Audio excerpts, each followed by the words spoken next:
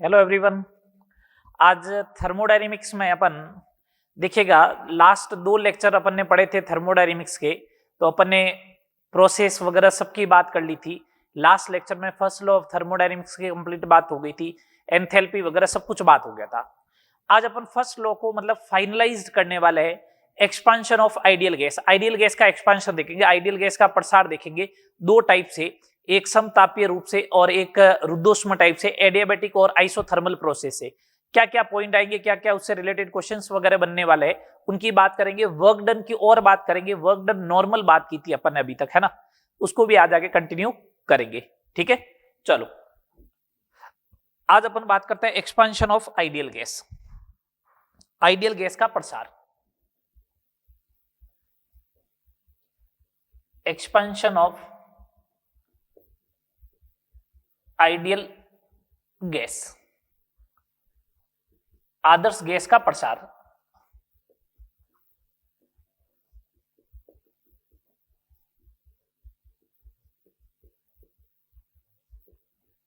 ठीक है, फर्स्ट लेते हैं अपन आइसोथर्मल एक्सपांशन। आइसोथर्मल एक्सपांशन, समतापीय प्रसार।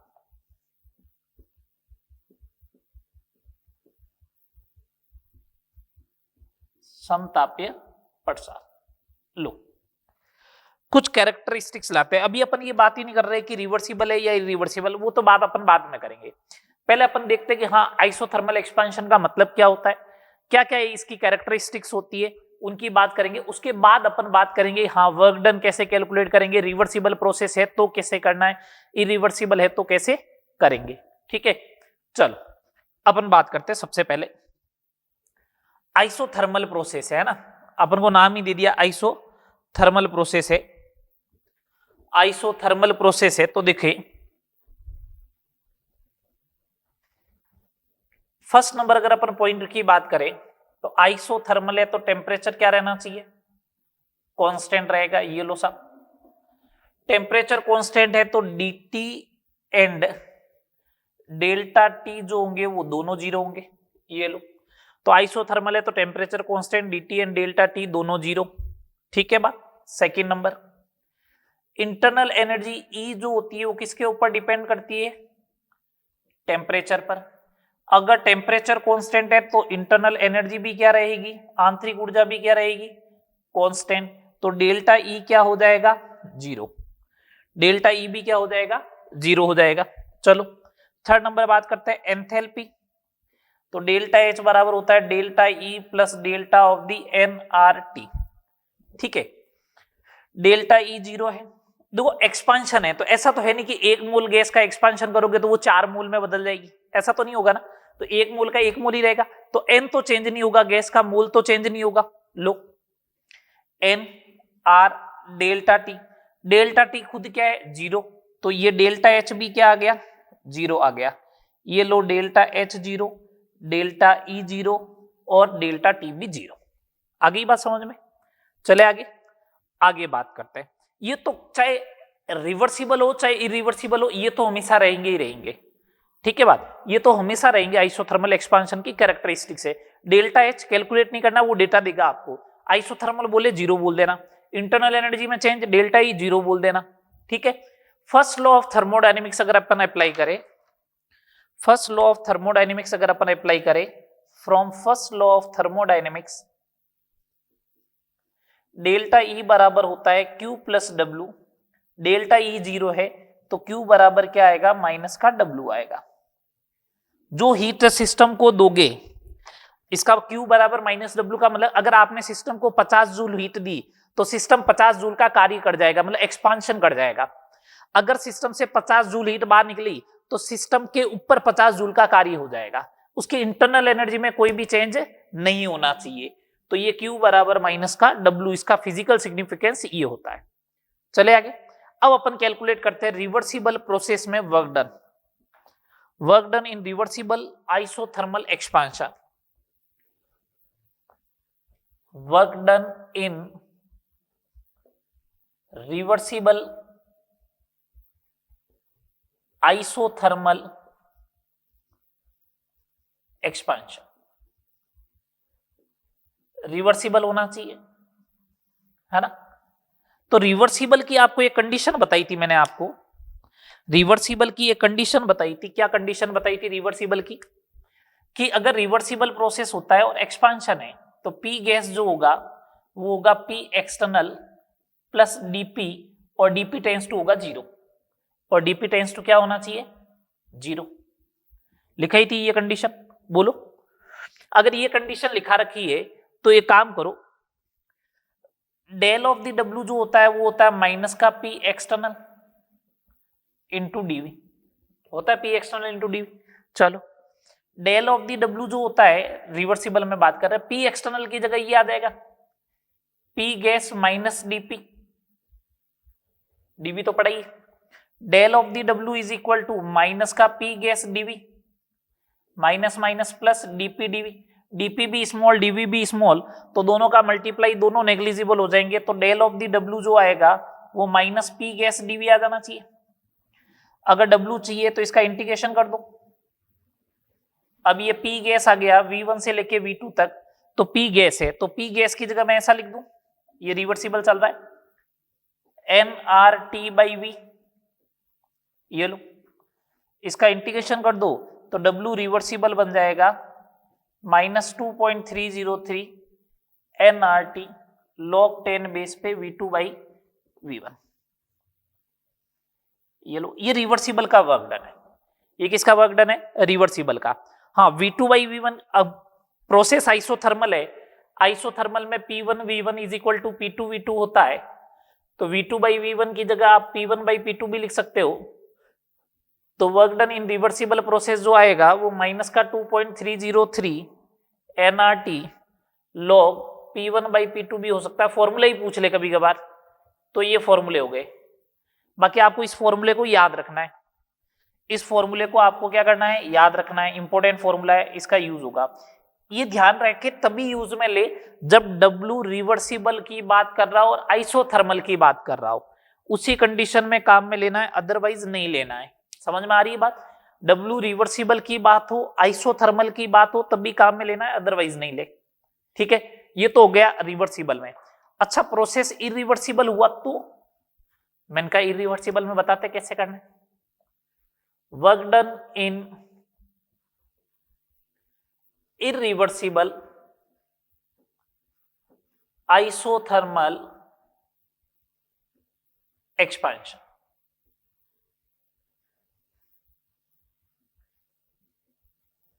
ये लो, इरिवर्सिबल आइसोथर्मल एक्सपेंशन होगा तो देखो कैसे करोगे। इरिवर्सिबल के अंदर जो है ना, वर्क डन जो आएगा W इरिवर्सिबल, वो हमेशा यही होगा minus P external delta V, यही होगा। ठीक है, जो पहले अपन तरीके से कैलकुलेट करते थे। पी एक्सटर्नल की जगह कुछ पुट कर सकते हो? नहीं। हाँ, इसको और ओपन करके देखो, minus P external V2 minus V1, ये लो, इरिवर्सिबल माइनस पी एक्सटर्नल, इसको ऐसा लिख दूं V2 की जगह nRT2, लेकिन वो nRT होगा, divide by P2 minus nRT upon P1, ये हो जाएगा।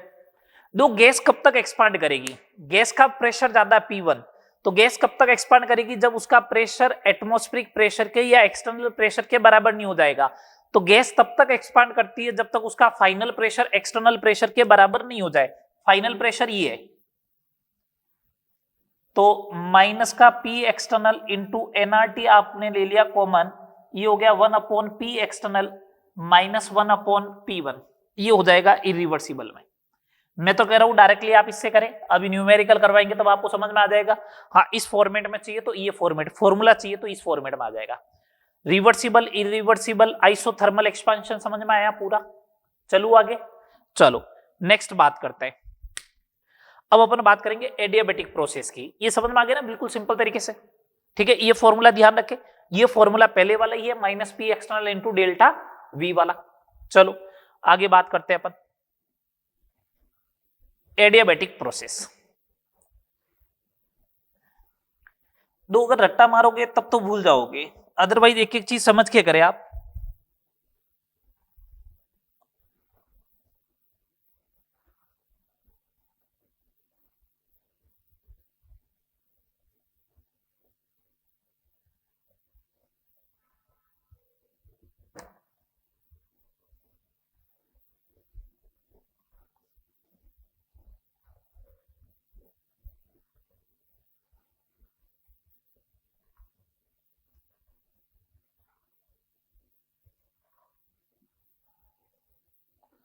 चले नेक्स्ट देखे, नेक्स्ट बात करते हैं अपन एडियाबेटिक प्रोसेस, एडियाबेटिक एक्सपांशन, रुद्धोष्म प्रसार।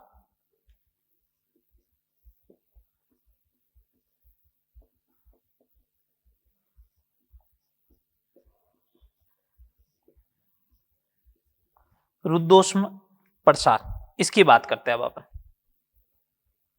ठीक है। देखना इधर रुद्धोष्म प्रसार के वही पहले कुछ कैरेक्टरिस्टिक्स की बात करेंगे। फर्स्ट नंबर पॉइंट, रुद्धोष्म प्रसार में निकाय एवं परिवेश के मध्य, निकाय एवं परिवेश के मध्य ऊष्मा का, निकाय एवं परिवेश के मध्य ऊष्मा का आदान प्रदान नहीं होता है।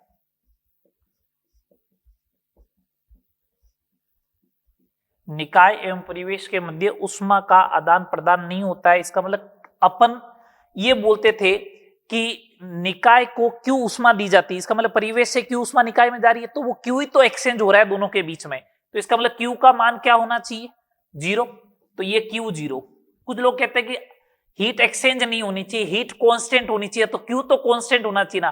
क्यू आपने डिफाइन किया क्या, क्यू आपने बोला फर्स्ट लॉ में कि परिवेश से निकाय को क्यू ऊष्मा दी जाती है, तो निकाय एवं परिवेश के मध्य ऊष्मा का आदान प्रदान नहीं होना चाहिए, तो उस क्यू का मान क्या होना चाहिए, 0 ही तो होना चाहिए। तो क्यू बोल दिया मैंने 0, चलो क्यू 0 है पहली बात। अच्छा सेकंड नंबर बात करते हैं अपन, first law of thermodynamics apply करते हैं। फर्स्ट लॉ ऑफ थर्मोडायनेमिक्स में डेल्टा ई बराबर होता है क्यू प्लस डब्ल्यू, तो डेल्टा ई बराबर हो जाएगा डब्ल्यू, हो गया। अच्छा डेल्टा ई बोलो डब्ल्यू बोलो जो किसके बराबर होगा, N C V delta T के। ये लो ये वर्क डन का फॉर्मूला गया N C V delta T. ये ऐसा बोल दूं वर्क डन जो आएगा N R upon gamma -1 delta T, ये भी फॉर्मूला हो सकता है, ये भी फॉर्मूला हो सकता है, ये भी फॉर्मूला हो सकता है, कोई भी फॉर्मूला हो सकता है। समझ में आया। तो निकाय एवं परिवेश के मध्य कोई ऊष्मा का आदान प्रदान नहीं होना चाहिए, क्यू 0 होना चाहिए। फर्स्ट लॉ ऑफ थर्मोडायनेमिक्स लगाओ, वर्क डन ये आ जाएगा, वर्क डन आ जाएगा N R delta T upon gamma -1 या फिर N C V delta T. C V मालूम नहीं है तो ये लगाओ, सीवी मालूम है तो ये लगा दो, वर्क डन कैलकुलेट हो जाएगा। अच्छा रिवर्सिबल इरिवर्सिबल कोई भी प्रोसेस हो, वर्क डन मैंने तो यहां बोला ही नहीं ना रिवर्सिबल है या इरिवर्सिबल, कोई भी प्रोसेस हो आप यही लगाए, ठीक है, चाहे रिवर्सिबल हो चाहे इरिवर्सिबल हो। अब सुनना बात को, अब मैं इसके सी पार्ट की बात करते हैं, सी पार्ट की बात करते हैं, सुनना बात को ढंग से। अगर एडियाबेटिक रिवर्सिबल प्रोसेस है, फॉर एडियाबेटिक रिवर्सिबल प्रोसेस,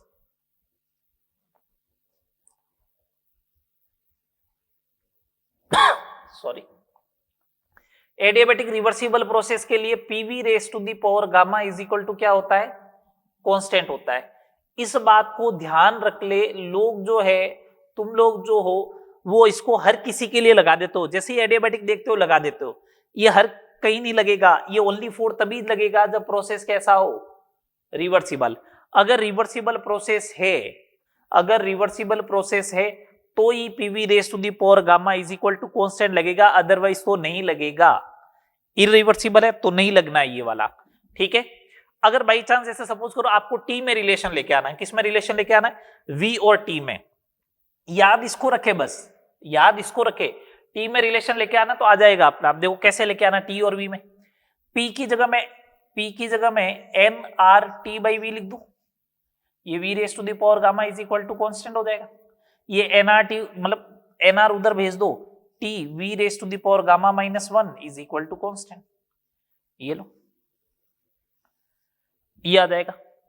अब सिमिलर वे में अगर आपको पी और टी में रिलेशन चाहिए तो वो भी आ जाएगा, पी और टी में रिलेशन चाहिए तो वो भी आ जाएगा। जैसे एक सिंपल सा एग्जांपल लेते हैं, अगर आपको ऐसा दे रखा हो, अगर आपको ऐसा दे रखा हो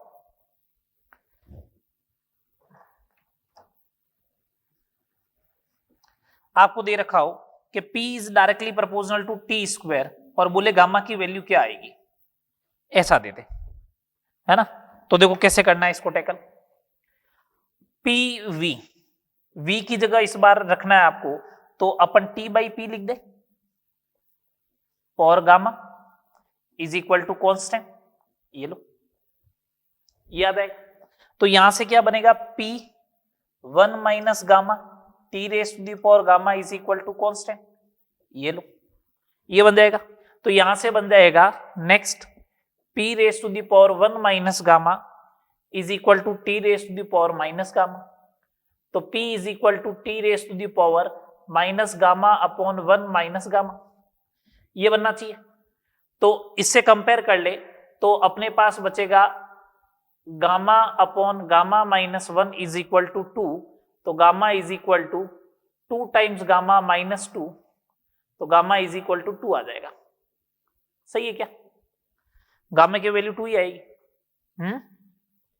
बोलो, हाँ 2 आ जाएगी, सही। तो ये इस टाइप के क्वेश्चन बनता है, ठीक है, ये इस टाइप से क्वेश्चन बन जाएंगे अपने। नेक्स्ट और देखो क्वेश्चन देखते हैं, और देखते हैं, ठीक है। सेकंड नंबर क्वेश्चन देखो इससे रिलेटेड, इसी टाइप का।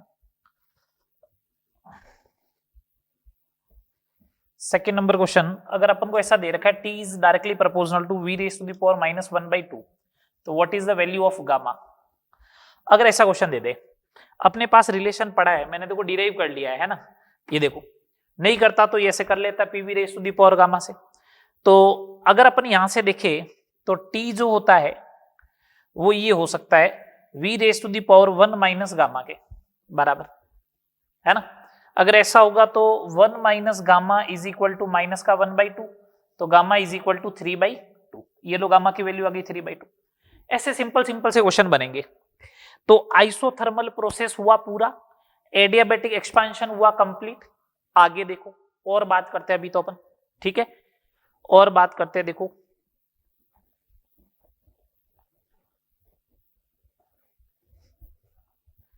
मैं आइडियल गैस की बात कर रहा हूं, इस बात का ध्यान रखें, रियल गैस के लिए फॉर्मूले कुछ चेंज हो जाते हैं, वो अपने सिलेबस में है नहीं।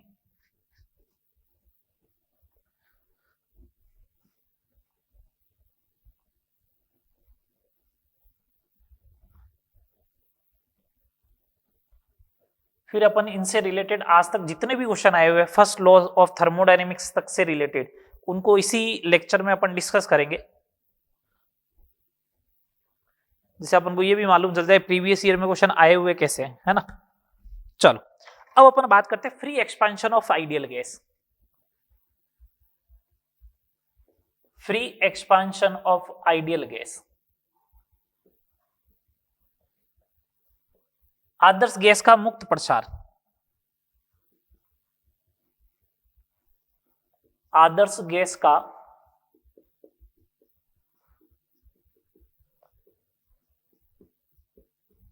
मुक्त प्रसार, free expansion of ideal gas, ठीक है। चलो दो तरीके से देखना, आइसोथर्मल और एडियाबैटिक।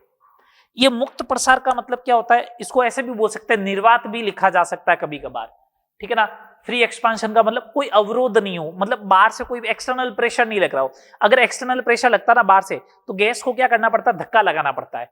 यहाँ पे फ्री एक्सपेंशन है, गैस अपना वैसे चली जाएगी। इसका मतलब ये हुआ कि एक्सटर्नल प्रेशर जीरो होगा।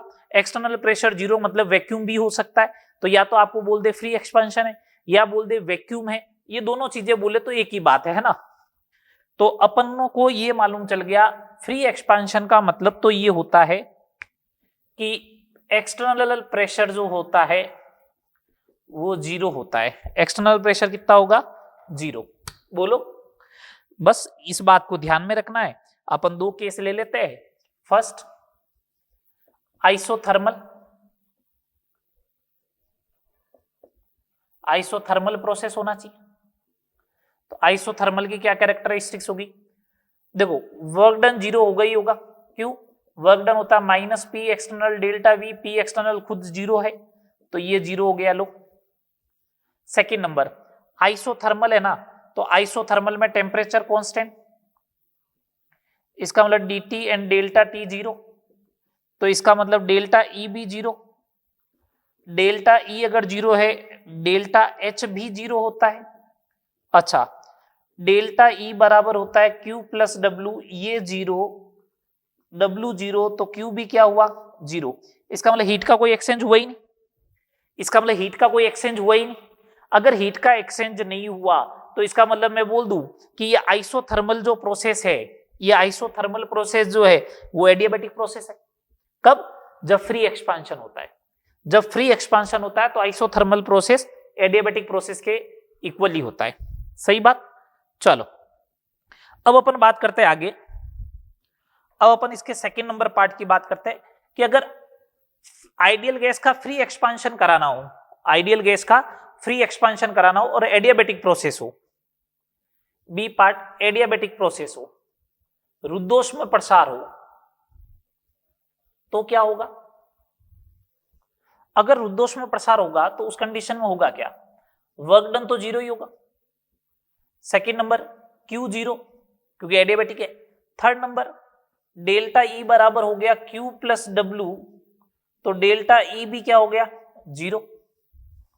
डेल्टा ई जीरो हुआ, डेल्टा ई जीरो हुआ, इसका मतलब एनसीबी डेल्टा टी जीरो होना चाहिए। इसका मतलब डेल्टा टी भी जीरो होगा। इसका मतलब टेम्परेचर क्या होगा? कांस्टेंट। अगर टेम्परेचर कांस्टेंट है तो इसका मतलब मैं ऐसा बोल सकता हूं एडियाबैटिक प्रोसेस जो होगा वो आइसोथर्मल होगा। एडियाबैटिक प्रोसेस जो होगा वो आइसोथर्मल होगा। सही बात बोलो। तो मैं यहां पे 2 पॉइंट बना के अगर ऐसा लिखना चाहूं तो बोल सकता हूं क्या ये बात सही है क्या कि फ्री एक्सपांशन में, मुक्त प्रसार में,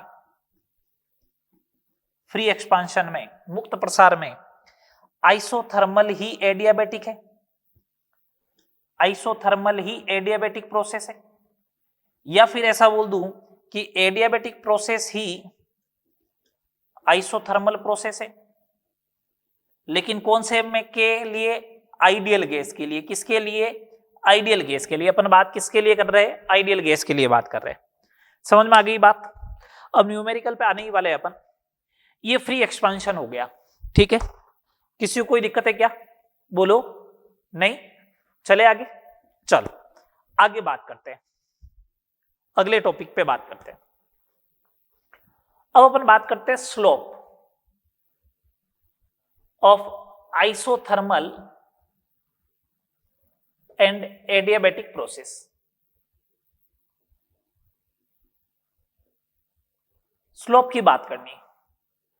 आइसोथर्मल समतापीय एवं रुद्धोष्म प्रक्रम की जो ढाल है उनके बारे में क्या रिलेशन आएगा, कैसे रिलेशन आएगा, उसकी अपन को बात करनी है, ठीक है ना। Slope of isothermal and adiabatic process, इसके बारे में अपन बात करते हैं। चलो देखो क्या है, अपन बात करते हैं क्या है, कैसे है, ठीक है। दो आप ग्राफ जो बनाते हैं ना वो P वर्सेस V का बनाते हो। ये P वर्सेस V का ग्राफ होता है ना जनरली। तो स्लोप जो होती है ना वो dp बाई dv को रिप्रेजेंट करता है। dp by dv is slope. जैसा फिजिक्स में y और x एक्सिस का बनाते हो तो स्लोप किसको बोलते हो? ढाल किसको बोलते हो? dy बाई dx को क्या बोलते हैं? ढाल बोलते हैं ना। तो सिमिलर वे में यहाँ पे dp बाई dv जो होगा वो अपना स्लोप होगा। पहला आइसोथर्मल की कैरेक्टरिस्टिक्स इक्वेशन लिखी, pv इक्वल टू कॉन्स्टेंट, है ना।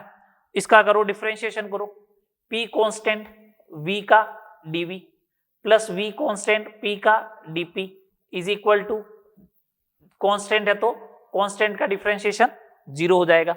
ये लो v dp is equal to minus p dv। सही बात। dp by dv is equal to minus p by v। इसका मतलब slope of isothermal is equal to minus p by v। ये लो minus का p बाई v आ गया, इसका slope आ गया। सही बात। चले आगे। चलो सेकंड नंबर प्रोसेस की बात करते हैं, एडियाबैटिक की। उधर ही कैलकुलेट कर लेता हूं, लो मैं इधर ही कैलकुलेट कर लेता हूं।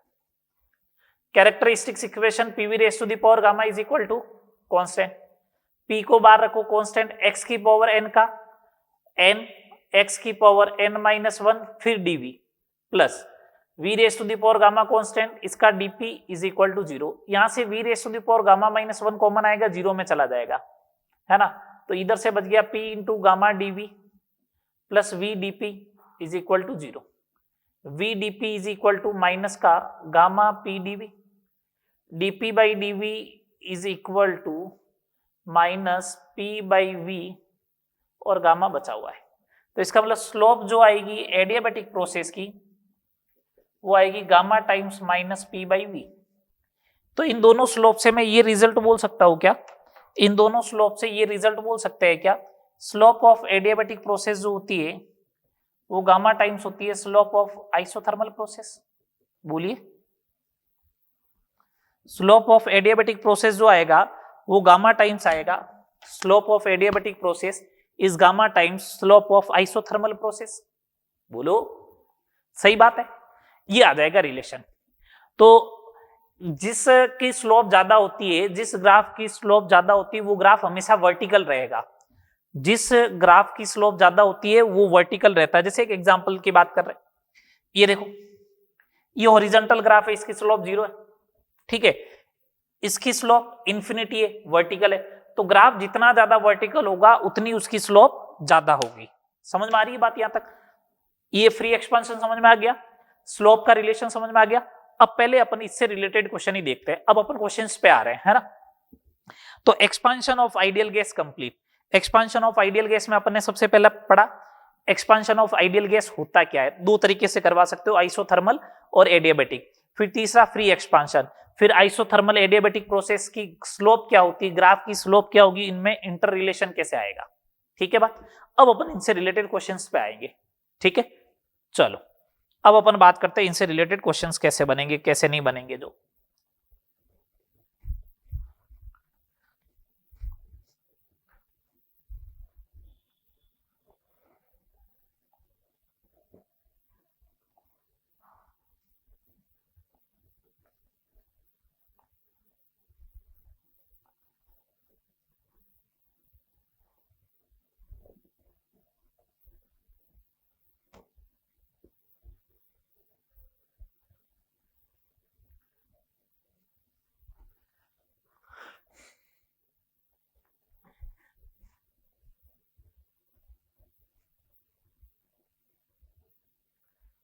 ठीक है, चलो सबसे पहले अपन बात करते हैं, देखो सुनना बात करो इनसे।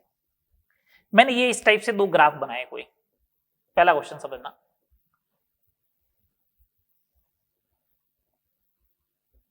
ये P वर्सेस V के ग्राफ है,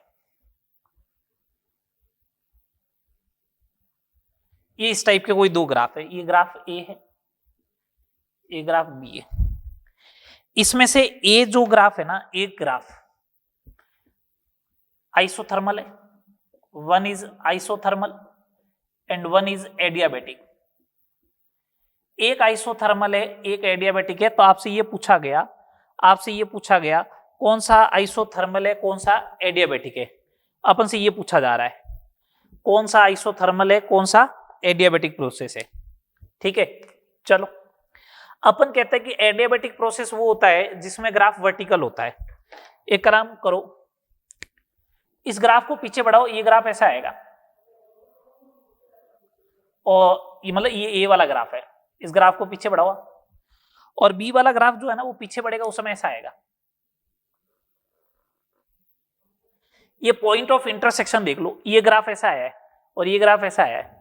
पॉइंट ऑफ इंटरसेक्शन पे आप चेक करें, पॉइंट ऑफ इंटरसेक्शन पे चेक करें कौन सा ग्राफ वर्टिकल है। बी वाला ग्राफ वर्टिकल है जो ब्लैक पेन से लिखा हुआ है, बी वाला पेन जो है वो वर्टिकल है, बी वाला पेन वर्टिकल है, बी वाला ब्लैक कलर वाला जो लिखा हुआ वर्टिकल है। इसका मतलब बी जो होना चाहिए वो एडियाबैटिक होना चाहिए, और ए जो होना चाहिए वो आइसोथर्मल होना चाहिए। समझ में आई बात या नहीं आई? ग्राफ को आप पीछे एक्सपांड करें, ग्राफ को आप पीछे एक्सपांड करोगे तो आपको इजीली आइडिया चल जाएगा। ठीक है, सेकंड नंबर क्वेश्चन देखिए,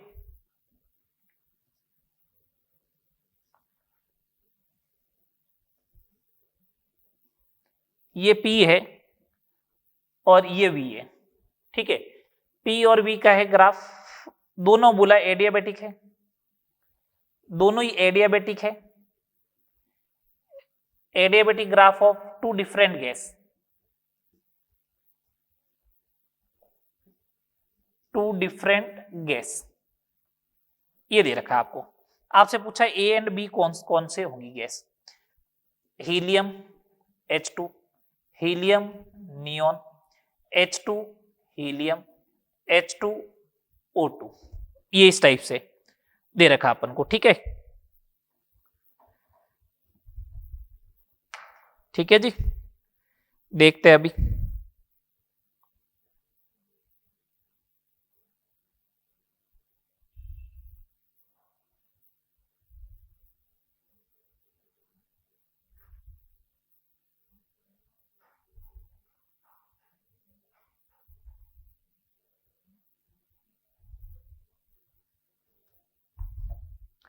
ठीक है, दो एक बात तो मैं आपको क्लियर कर सकता हूं, एक बात तो मैं आपको क्लियर कर सकता हूं, क्या कि ये H2 और O2 नहीं हो सकता, हीलियम नियोन नहीं हो सकता है। उसका रीजन सिंपल सा रीजन मैं बता देता हूं क्यों नहीं है। हीलियम नियोन नहीं है, H2O2 नहीं है, क्यों नहीं है उसका बात सुन लेना ढंग से। क्योंकि इनके गामा बराबर होते हैं, ये मोनो एटॉमिक है तो गामा बराबर होगा, ये डाई एटॉमिक है तो गामा बराबर होगा। कल मैंने बताया था मोनो एटॉमिक का गामा सबसे ज्यादा होता है, और जिसका गामा ज्यादा होगा उसकी स्लोप ज्यादा होगी। क्यों? एडियाबेटिक प्रोसेस की स्लोप क्या होती है? Gamma times minus P by V. तो इसका मतलब जिसकी स्लोप ज्यादा होगा उसका गामा ज्यादा होगा, है ना। तो इसका मतलब स्लोप ज्यादा किसका है? इसका स्लोप ज्यादा है, स्लोप ऑफ बी ज्यादा है, स्लोप बी का ज्यादा है एज कंपेयर टू ए के। बी का ज्यादा है, इसका मतलब गामा बी का ज्यादा होगा as compare to gamma A के। इसका मतलब बी वाली मोनो एटॉमिक होनी चाहिए, ए वाली डाई एटॉमिक होनी चाहिए। सही बात। बी जो होनी चाहिए वो मोनो एटॉमिक होनी चाहिए, ए जो होनी चाहिए वो डाई एटॉमिक होनी चाहिए। बी मोनो एटॉमिक है ना। ये लो, थर्ड आंसर हो गया अपना। कौन सा आंसर हो गया? थर्ड आंसर हो गया। समझ में आ रही है बात? बोलो, चले आगे, चले थर्ड नंबर क्वेश्चंस।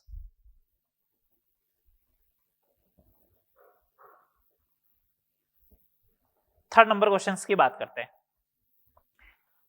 सुनना बात को। थर्ड नंबर क्वेश्चंस की बात करते हैं अपन। मेरे से ये अगर पूछा जाए, सुनना, order of work done, only for magnitude की बात चल रही है, order of work done in isobaric,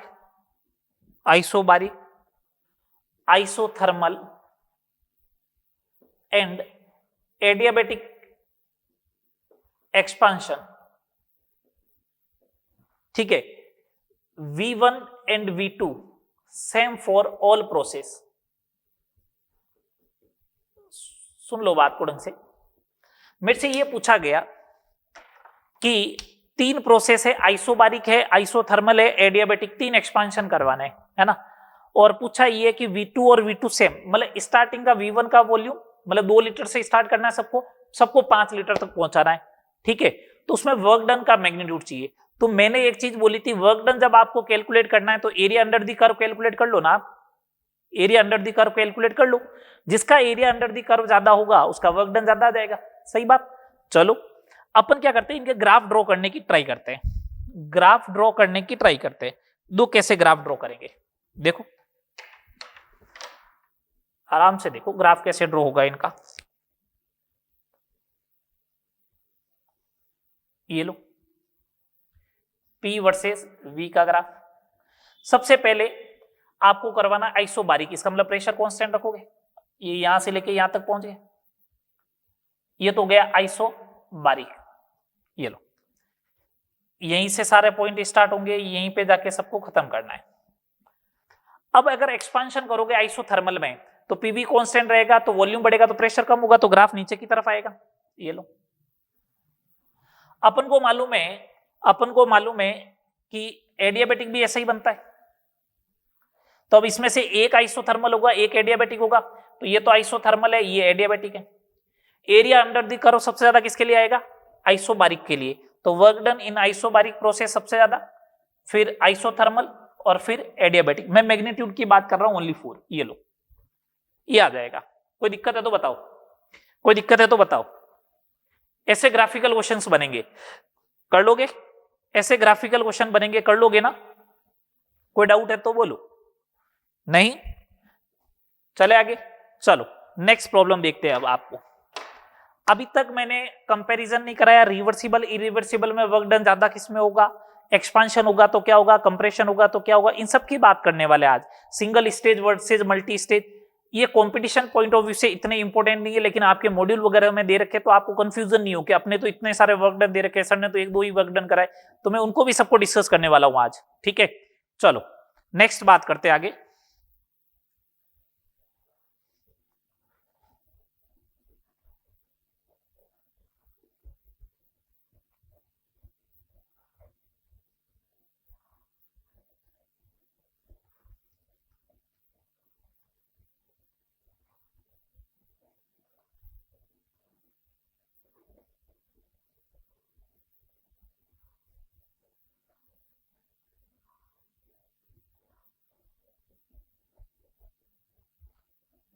चलिए नेक्स्ट बात करते हैं अब अपन, नेक्स्ट बात करते हैं, नेक्स्ट प्रॉब्लम देखिए, क्वेश्चन नंबर 4। 27 डिग्री सेल्सियस पर टेम्परेचर आपको दे दिया 27 डिग्री सेल्सियस पर, 2 मोल आइडियल गैस को, आदर्श गैस को समतापीय रुद्धोष्म रूप से, समतापीय उत्क्रमणीय रूप से 4 लीटर से 40 लीटर तक प्रसारित किया जाता है,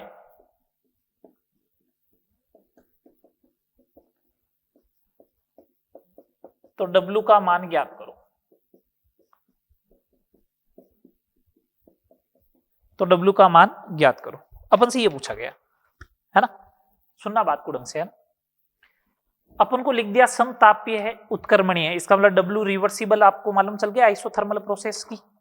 क्या लगाएंगे अपन, W reversible in isothermal process -2.303 nRT log V2 by V1 लगा दो, -2.303 N2 मोल, R पड़ा रहने दो, टेम्परेचर 300 है, log 10 बेस पे 40 डिवाइड बाई 4 10 हो जाएगा, log 1 हो गया है ना।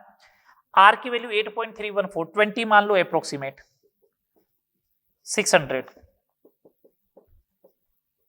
माइनस का 12 किलो जूल आएगा, माइनस का 12 किलो जूल से थोड़ा कम होना चाहिए, बस इस बात का ध्यान रहे आपको है ना।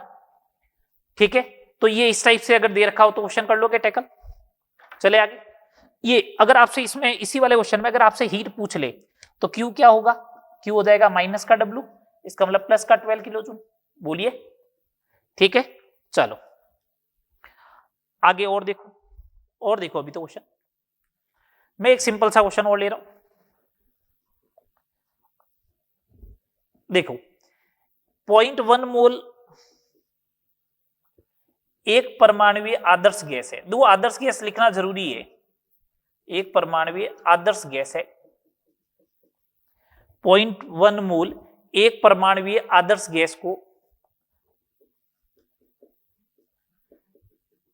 रुद्धोष्म रूप से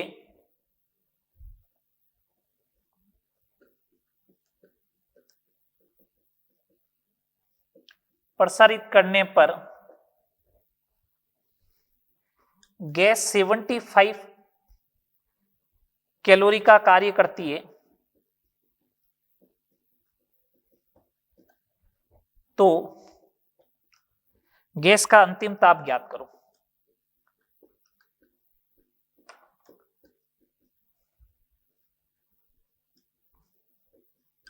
प्रारंभिक ताप 227 है, प्रारंभिक ताप ये लो 227 डिग्री सेल्सियस है। एक बात बताओ, कहीं पे भी ऐसा लिखा है क्या कि रुद्धोष्म उत्क्रमणीय प्रक्रम है, कहीं पे भी लिखा हुआ है क्या? नहीं। तो PV raise to the power gamma तो नहीं लगाऊंगा, है ना, PV raise to the power gamma is equal to constant तो नहीं लगाना।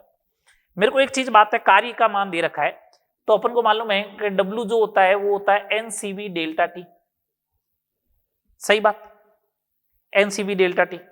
चलो कितना दे रखा है 75, ये लो 75, N 0.1 मोल कैलोरी में है, ध्यान रखना। CV मोनो एटॉमिक गैस है 3/2 R की वैल्यू 2 कैलोरी, ये लो डेल्टा T, 2 से 2 कैंसिल, 750 हो जाएगा, 750 डिवाइड बाई 3 250, ये डेल्टा टी आ गया।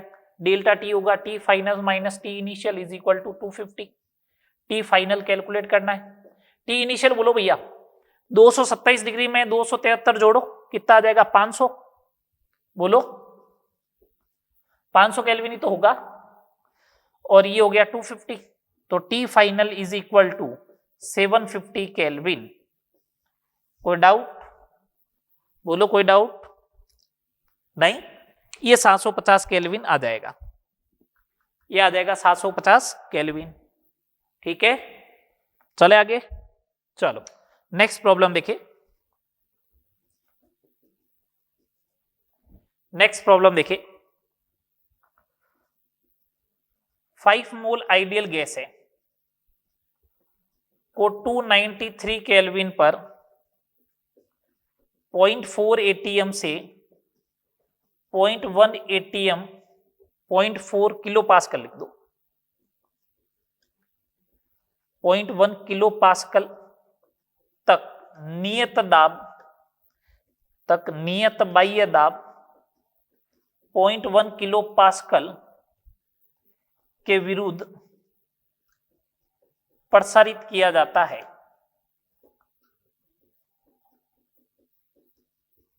तो W Q delta E and delta H का मान ज्ञात करो। ज्ञात करो, आपको यहां पे दे रखा है case first process is reversible और case second process is irreversible. ये क्वेश्चन आपको जो है वो रिवर्सिबल और इरिवर्सिबल में वर्क डन का डिफरेंस समझा देगी। ये वाला क्वेश्चन जो है आपको रिवर्सिबल और इरिवर्सिबल में वर्क डन का कंसेप्ट समझा देगी पूरा का पूरा, है ना।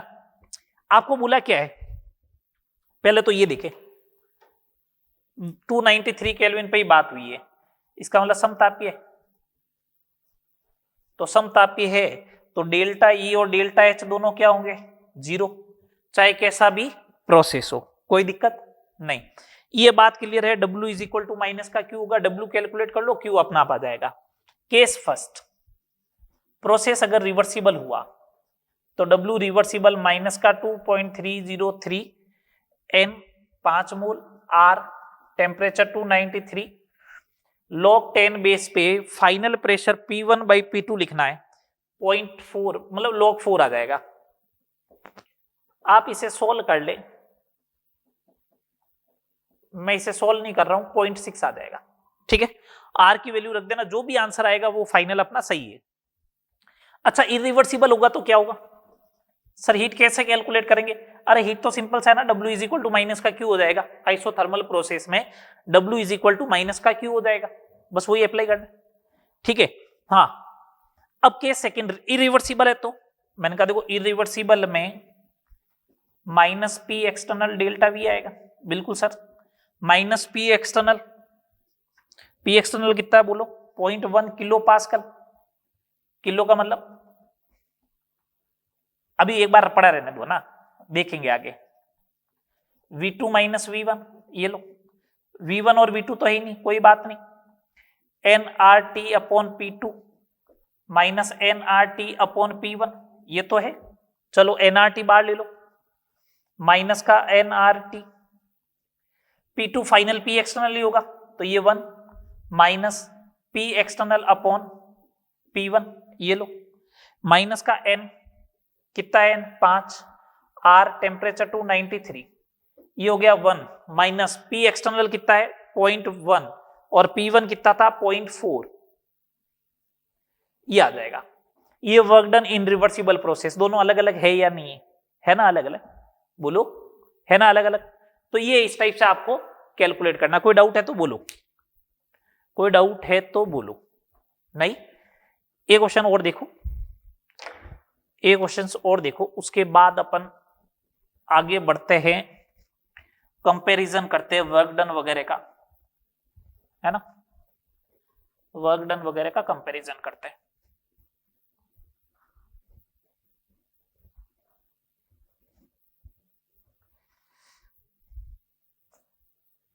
क्वेश्चन देखिए next, question number 7। Adiabatic process बता रहा हूं अब आपको, ठीक है। एडियाबेटिक प्रोसेस बता रहा हूं। 1 मोल आइडियल गैस है, 1 मोल आइडियल गैस को 400 केल्विन एवं 10 एटीएम 400 केल्विन एवं 10 एटीएम पर बाह्य दाब 2 एटीएम के विरुद्ध बाह्य दाब 2 एटीएम के विरुद्ध रुद्धोष्म रूप से प्रसारित किया जाता है। रुद्धोष्म रूप से प्रसारित किया जाता है, प्रसारित किया जाता है तो अंतिम ताप ज्ञात करो।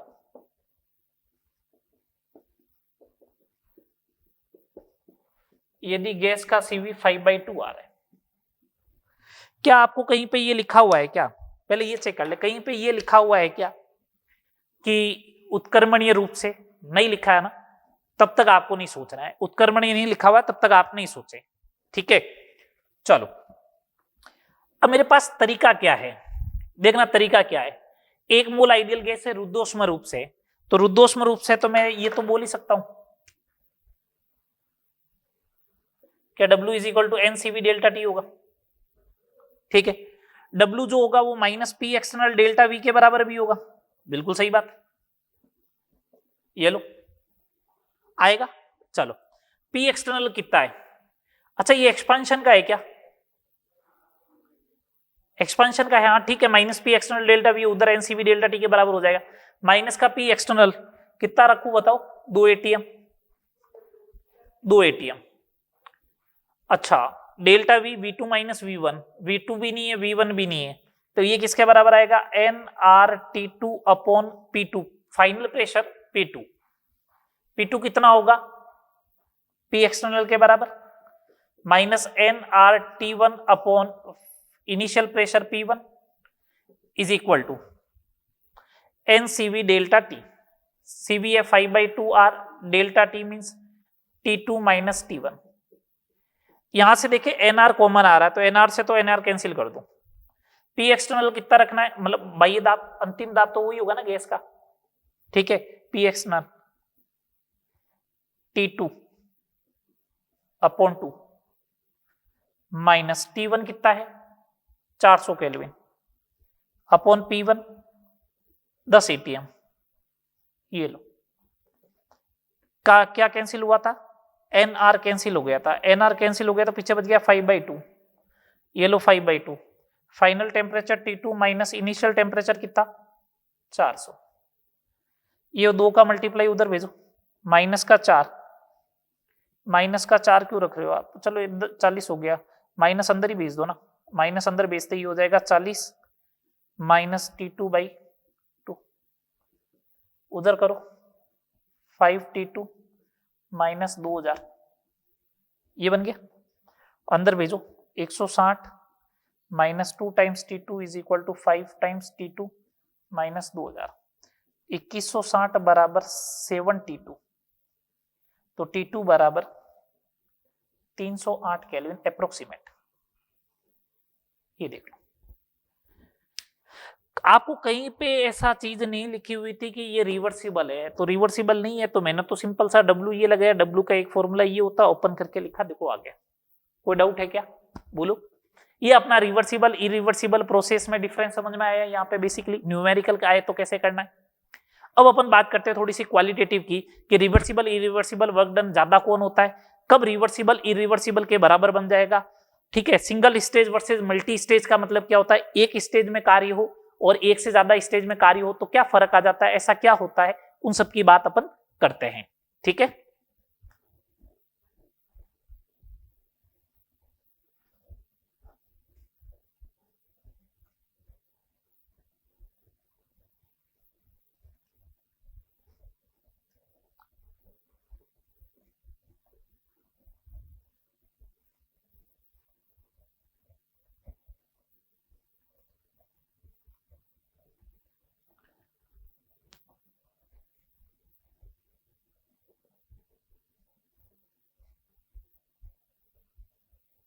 तो अब मैं कुछ इंपॉर्टेंट पॉइंट्स, इंपॉर्टेंट फैक्ट की बात करने वाला हूं, ठीक है, समझा कि आपको कुछ फैक्ट एक्सप्लेन करने वाला हूं, वो समझना। पहला पॉइंट देखना, 2-3 पॉइंट के बारे में बात करूंगा। रिवर्सिबल और इरिवर्सिबल में वर्क का comparison, comparison of work done in reversible and irreversible process. Reversible और इरिवर्सिबल प्रोसेस में कार्य जो है उसका कंपैरिजन कैसे करोगे, कौन ज्यादा है कौन कम है, उसका कंपैरिजन आप कैसे करोगे, उसके बारे में बात करते हैं। दो बात करते हैं, एक एक्सपांशन की बात करते हैं और एक अपन किसकी बात करते हैं, कंप्रेशन की। पहला बात करते हैं एक्सपांशन की, मतलब प्रसार के लिए।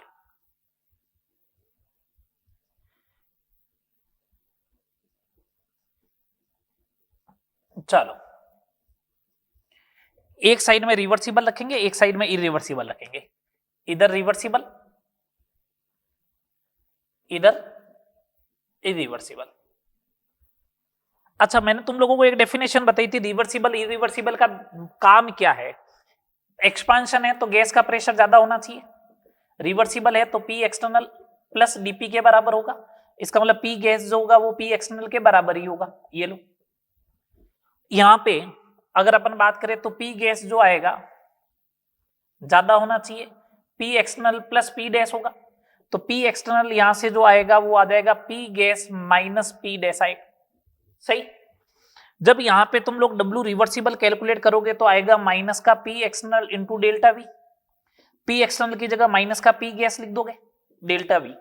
यहां पे जब बात करोगे इरिवर्सिबल के लिए तो माइनस का P external into delta we होना चाहिए। पी एक्सटर्नल की जगह लिखोगे माइनस का P gas minus P dash into delta we. एक बात बताओ, डेल्टा वी दोनों केस में सेम है, ये वैल्यू कम आएगी एज कंपेयर टू इसके, तो इसका मतलब इसका मैग्नीट्यूड जो आएगा रिवर्सिबल का वो ज्यादा आएगा एज कंपेयर टू किसके, इरिवर्सिबल के। बोलो हाँ या ना, बोलो, ये चीज आ जाएगी। ये तो जब एक्सपांशन कर रहे हो तो उत्क्रमणीय प्रक्रम का कार्य ज्यादा होता है अनुत्क्रमणीय प्रक्रम। जब भी प्रसार लिखा हुआ है, सुनना बात को ढंग से, मैं जो बोल रहा हूं जिसको न्यूमेरिकल में यूज किया जा सकता है, आपको बोल दे कि 4 लीटर से 40 लीटर तक प्रसारित किया गया तो अधिकतम कार्य का मान ज्ञात करो, तो अधिकतम कार्य तो इसी में होता है, रिवर्सिबल में। देखो, अधिकतम कार्य किसमें होता है, रिवर्सिबल में होता है। तो जब भी वर्ड ऐसे लिखा हुआ है ना अधिकतम कार्य प्रसार का, तो अधिकतम कार्य प्रसार का तो किसमें होता है, रिवर्सिबल में होता है। चलो, अपन बात करते हैं कंप्रेशन की, संकुचन की। कंप्रेशन की बात करते हैं, संकुचन की बात करते हैं, संपीड़न, संपीड़न, कंप्रेशन, संपीड़न। ठीक है, तो कंप्रेशन या संपीड़न में देखना वही बात वापस, एक साइड में रिवर्सिबल एक साइड में इरिवर्सिबल। ये रिवर्सिबल, इस साइड में इरिवर्सिबल। रिवर्सिबल में क्या, जब W रिवर्सिबल कैलकुलेट करो, अब कंप्रेशन है इसका मतलब एक्सटर्नल प्रेशर ज्यादा होगा, तो P एक्सटर्नल जो होगा यहां तो P गैस के बराबर ही होगा, लेकिन यहां P एक्सटर्नल जो होगा ना वो होगा P gas plus P dash के बराबर आएगा। तो जब ये सिचुएशन होने वाली है तो W यहां पे लिखोगे तो minus P gas into delta we लिख दोगे। यहां पे जब W लिखोगे इरिवर्सिबल का तो माइनस में P gas plus P dash लिखा जाएगा। तो यहां पे देखो ये वाली वैल्यू ज्यादा है, ये वाली वैल्यू ज्यादा है, तो W रिवर्सिबल का कम आएगा, इरिवर्सिबल का ज्यादा आएगा। ये लो, ये किसके लिए बात हो गई, संपीड़न के लिए बात। समझ में आई बात कि नहीं आई, बोलो, ये समझ में आया ना, रिवर्सिबल इरिवर्सिबल के लिए। ठीक है, प्रसार में अधिकतम कार्य रिवर्सिबल का होता है, संपीड़न में इरिवर्सिबल का होता है, ये बात समझ में आ गई। तो ये कंपैरिजन है। ठीक है, सेकंड नंबर देखो, ये फर्स्ट कंपैरिजन था, फर्स्ट इंपोर्टेंट पॉइंट था आपको ध्यान रखने लायक। चलो सेकंड नंबर देखें,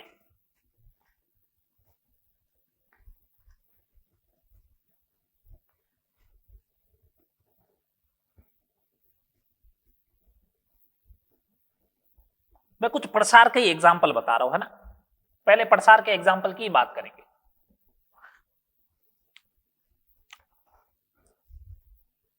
सेकंड नंबर पॉइंट,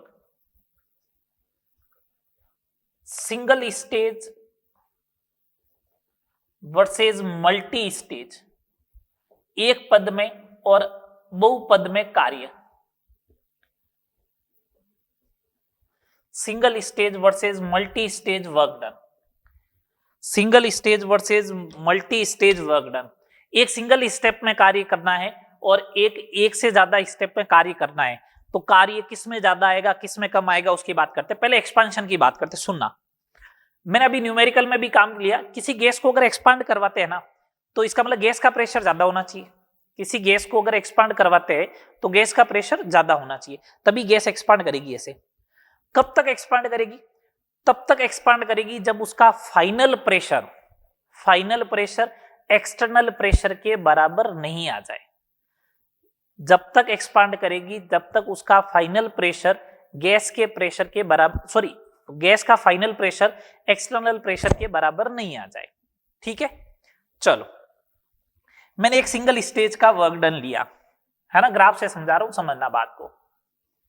यह सिंगल स्टेज का वर्क डन लिया,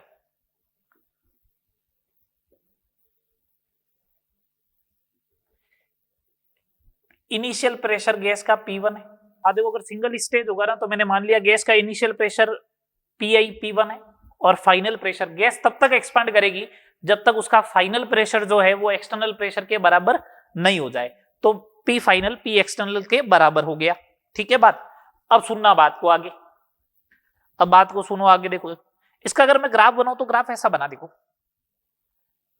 ये लो P वर्सेस V का, यहां पे P1 है, यहां पे P एक्सटर्नल के बराबर है, ये लो P एक्सटर्नल, और यहां से लेके यहां तक गैस ने एक्सपांड किया, यहां से लेके यहां तक गैस ने एक्सपांड किया, तो एरिया अंडर द कर्व इतना आ गया। ये लो एरिया अंडर द कर्व इतना आ गया, ये लो भैया, ये लो, ये वर्क डन आ गया। ये सिंगल स्टेज का वर्क डन है। एक्सपांशन की बात चल रही है, इस बात का ध्यान रखें थोड़ा, है ना, एक्सपांशन की बात चल रही है। अब मैं बात करता हूं डबल स्टेज, 2 स्टेज हो, मतलब स्टेज बढ़ा रहा हूं। अब ये स्टेज बढ़ती कैसे है भाई? गैस तो जब एक्सपांड होने लगती है तो अपना आप तो जाके तभी रुकेगी जब उसका प्रेशर एक्सटर्नल प्रेशर के बराबर आ जाए। मैं क्या करता हूं, बीच में एक कील लगा देता हूं, जैसे ही पिस्टन ऊपर मूवमेंट करने लगता है यहां आते ही रुक जाता है, फिर वापस जैसे ये कील हटाऊंगा ये ऊपर चला जाएगा। इसका मतलब 2 स्टेप में हुआ ना, एक यहां पे हुआ फिर वापस ऊपर गया। तो सुने, एक इंटरमीडिएट प्रेशर आएगा, इंटरमीडिएट प्रेशर आया तो गैस ऐसे जाएगी, गैस ऐसे जानी चाहिए। फिर तो ये P वर्सेस V है, तो पहले तो क्या होगा, गैस जो है वो यहां से लेके यहां तक मूवमेंट करेगी। ये एक इंटरमीडिएट प्रेशर ले लिया मैंने P डैश, फिर वापस गैस यहां से लेके ये यहां तक जाएगी, ये था P एक्सटर्नल। ठीक है, अब सुनना बात को। अब गैस का जो प्रेशर आएगा वो एरिया अंडर द कर्व ये वाला बनेगा, ये वाला। ये तो पहले ही बन रहा था, P एक्सटर्नल के करस्पॉन्डिंग तो पहले ही बन रहा था। ये देखो ये एक्स्ट्रा आ गया, ये देखो ये एक्स्ट्रा आ गया, बोलो ये आया एक्स्ट्रा, ये एक्स्ट्रा आया। इसका मतलब वर्क डन इन 2 स्टेज जो आएगा वो ग्रेटर देन आएगा वर्क डन इन 1 स्टेज। तो नंबर ऑफ स्टेज बढ़ाऊंगा तो वर्क डन बढ़ेगा। अब जैसे तीसरा स्टेज करूंगा तो उस कंडीशन में क्या होगा, पहले यहां तक आएगा, फिर यहां से लेके यहां तक आएगा, फिर यहां से लेके यहां तक, तो फिर ये एक्स्ट्रा और ऐड होता जाएगा। तो इसका मतलब मैं यहां पे बात कर रहा हूं एक्सपांशन की, तो एक्सपांशन में नंबर ऑफ स्टेज अगर बढ़ेंगे तो वर्क डन की वैल्यू भी बढ़ेगी, ये देख लो। और जब number of stage tends to infinity हो जाएगा, एक बात बताओ, एक्सपांशन में मैक्सिमम वर्क डन किसके बराबर होता है, रिवर्सिबल के बराबर। तो अगर नंबर ऑफ स्टेज बढ़ेगी और बढ़ती बढ़ती इंफिनिटी हो जाए तो W इरिवर्सिबल जो होगा वो किसके बराबर हो जाएगा, रिवर्सिबल के बराबर हो जाएगा। W इरिवर्सिबल किसके बराबर हो जाएगा, रिवर्सिबल के बराबर हो जाएगा। बोलो समझ में आया या नहीं आया? आया। इसका उल्टा क्या है, इसका उल्टा कंप्रेशन है। कंप्रेशन में नंबर ऑफ स्टेज बढ़ेंगे ना तो वर्क डन कम होता जाएगा, कम होता जाएगा, कम होता जाएगा। क्यों? क्योंकि उसमें इरिवर्सिबल प्रोसेस का वर्क डन ज्यादा होता है। तो मैं सीधा रिजल्ट लिख रहा हूं, ये समझ में आ गया हो तो कंप्रेशन में नंबर ऑफ स्टेज अगर इंक्रीज होता है तो वर्क डन कम होता जाएगा, और नंबर ऑफ स्टेज अगर इंफिनिटी होंगे तो W रिवर्सिबल इरिवर्सिबल जो होगा वो किसके बराबर बन जाएगा? W रिवर्सिबल के। कम होता कम होता कम होता, एक कंडीशन ऐसी आएगी जब वो रिवर्सिबल के वर्क डन के बराबर हो जाएगा। बोलो ठीक है, चले आगे। ये 2 पॉइंट मेरे को बात करनी थी। थर्ड नंबर पॉइंट की बात कर लेता हूं। और एक एडियाबेटिक एक्सपांशन पढ़ा था अपन ने, एडियाबेटिक प्रोसेस पढ़ा था। एडियाबेटिक प्रोसेस में 2 तरीके हो सकते हैं। एडियाबेटिक प्रोसेस में 2 तरीके हो सकते हैं। क्या 2 तरीके हो सकते हैं? या तो एक्सपांशन होगा, मैंने कहा ठीक है, या फिर एक्सपांशन होगा, या फिर कंप्रेशन होगा, संपीड़न होगा। सही बात। अगर एक्सपांशन होता है तो वर्क डन नेगेटिव आएगा, लो साहब नेगेटिव। और वर्क डन किसके बराबर होता है? एनसीवी डेल्टा टी के। तो इसका मतलब डेल्टा टी जो आएगा वो नेगेटिव आएगा। इसका मतलब टी फाइनल जो होगा वो कम होगा, टी इनिशियल ज्यादा होगा। टी फाइनल अगर कम है, इसका मतलब कौन सा इफेक्ट हो गया? कूलिंग इफेक्ट, शीतलन प्रभाव हो जाएगा, शीतलन प्रभाव हो जाएगा। ट्यूब से हवा निकलती है तो उसे एडियाबेटिक एक्सपांशन बोलते हैं। ट्यूब जहां से पंचर हो रखा है वहां पे हाथ रखो, ठंडा ठंडा फील होगा। कंप्रेशन में वर्क डन पॉजिटिव होता है, तो इसका मतलब डेल्टा टी पॉजिटिव होगा। डेल्टा टी पॉजिटिव होगा, इसका मतलब टी फाइनल ग्रेटर देन है टी इनिशियल से।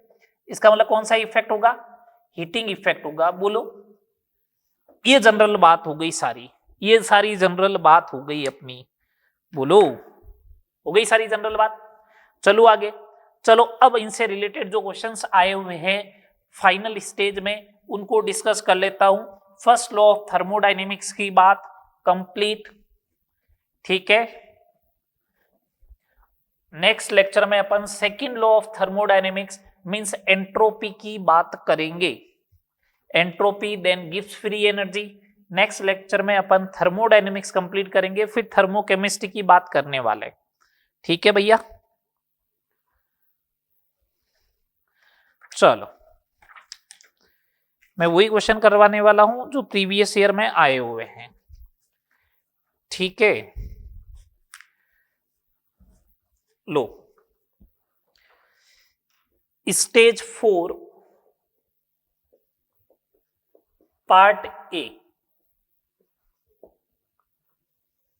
स्टेज 4 पार्ट ए बात करें। स्टेज 4 पार्ट ए की क्वेश्चन नंबर अपन ने लिए जो पहला बन रहा है वो बन रहा है क्वेश्चन नंबर 4। क्या बोला है? ये मानकर चलिए कि प्रत्येक अभिक्रिया खुले पात्र में हो रही है। किस अभिक्रिया के लिए डेल्टा एच बराबर डेल्टा ई है?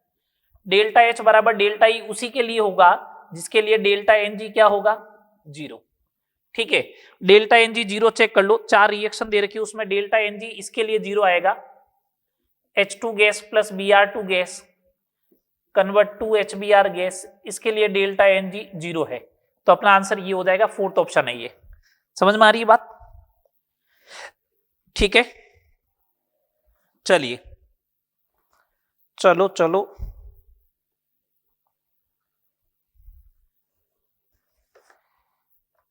हाँ, क्वेश्चन नंबर 13।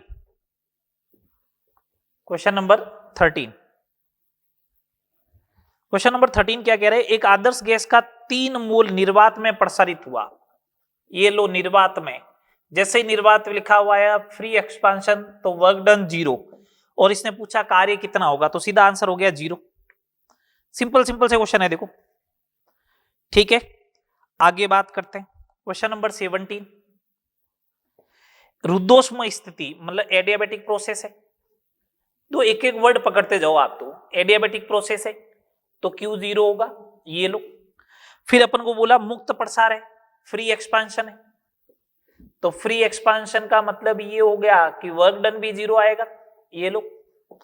अब अपन से पूछा है कि Q क्या है, W क्या है, तो Q 0 हो गया, W 0 हो गया। फर्स्ट ऑप्शन दे रखा Q is not equal to 0, तो ये तो गलत हो जाएगा। सेकंड ऑप्शन अपने पास दे रखा है Q 0 है, W 0 है, डेल्टा T भी 0 होगा क्या? तो देखो Q 0 W 0 तो डेल्टा E भी 0 होगा, और डेल्टा E 0 है, डेल्टा E अगर 0 है तो डेल्टा T भी क्या होगा? 0। अपना आंसर सेकंड हो जाएगा। ये तो करवा रखा है तुम लोगों को, ठीक है। चलो आगे बात करते हैं, आगे बात करते हैं। क्वेश्चन नंबर 21, क्वेश्चन नंबर 21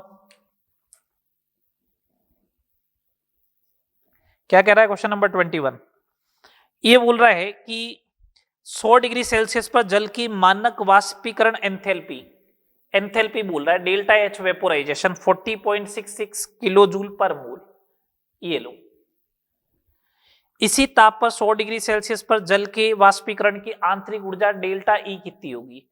ये तो क्वेश्चन करवा रखा है मैंने। Delta H minus delta N G R T, delta N G का मान 1 होता है, ये किलो जूल में है तो ये 1, आर की वैल्यू 8.314, और ये कहां पे 373 इंटू 10⁻⁻³ एक बार के लिए इसको अगर अपन 8 मान ले और इसको 400 भी मान ले तो 8 इंटू 3.2 के आसपास आएगा, तो 3.2 माइनस कर दो 37.56 आ जाएगा किलो जूल में, जो ऑप्शन दिख रहा है मेरे को उसके अकॉर्डिंग, ठीक है। अगला क्वेश्चन, क्वेश्चन नंबर 23। दो मोनो एटॉमिक गैस है A and B, gas A and gas B monoatomic है, ये भी मोनो एटॉमिक, ये भी मोनो एटॉमिक। ये लो साहब, जैसा कह रहा है वैसा मैंने लिख दिया, ठीक है। समान ताप और दाब पर मिलाए जाते हैं, बराबर आयतन, मिश्रण की Cp/Cv का अनुपात होगा, तो Cp/Cv इसका मतलब गामा का अनुपात चाहिए, दोनों का गामा का अनुपात चाहिए ना।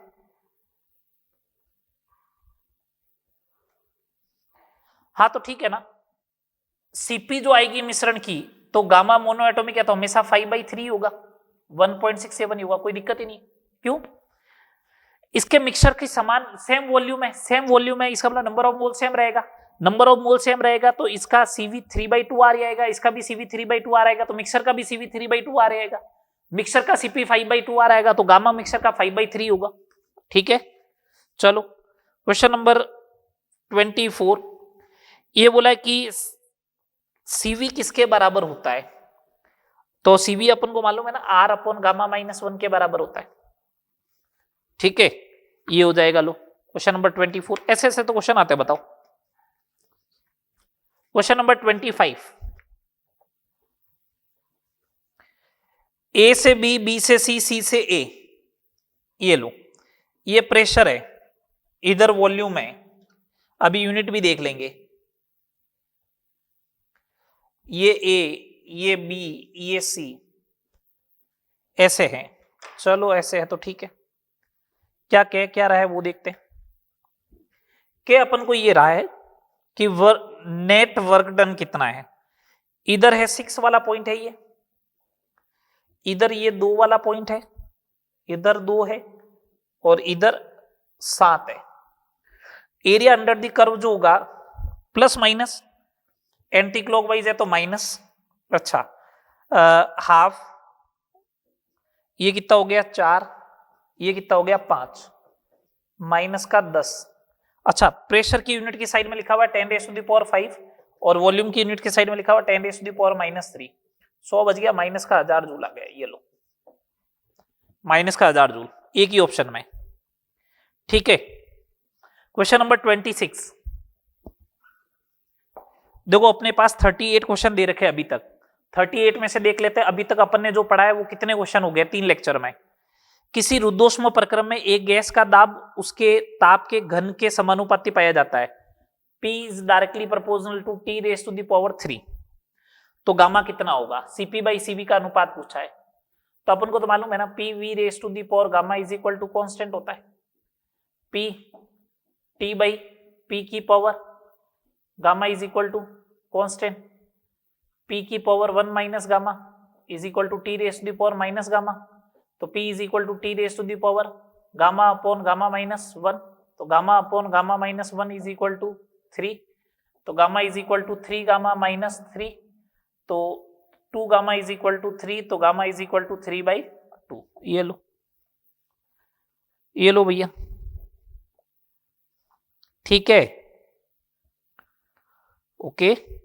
चलो आगे देखो, क्वेश्चन नंबर 33, 35 मैंने करवा दिया है ना, 33 के बारे में बात करते हैं। 33 बोल रहा है कि एक उष्मारोधी पात्र है, जैसे ही उष्मारोधी बोला इसका मतलब Q हो गया 0, ये लो Q0।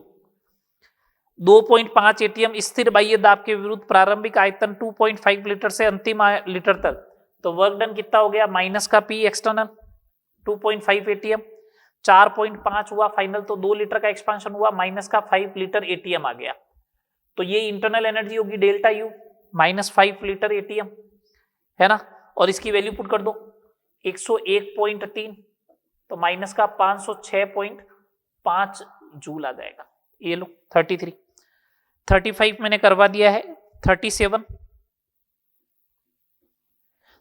दे रखा है, समतापीय अवस्था में, समतापीय बोला है, गैस द्वारा किया गया कार्य, इसने ये कहीं पे नहीं बोला है, 2 बार अपन को बोला है, 2 बार एक्सटर्नल प्रेशर 0.1 से 0.25 माइनस का 0.3 लीटर इंटू बार, और इसने लिखा है 1 लीटर इंटू बार जो होता है वो 100 जूल होता है, तो माइनस का 30 जूल अपना आंसर आ जाएगा। और 35 हो ही गया अपना। तो कितने क्वेश्चन हो गए, 1 2 3 4, 4 और 4 8 और 3 11, 38 में से 11 क्वेश्चन हो गए, मतलब लगभग आप ये मान के चलो 1/3 क्वेश्चन अपने पढ़ लिया है ऑलमोस्ट।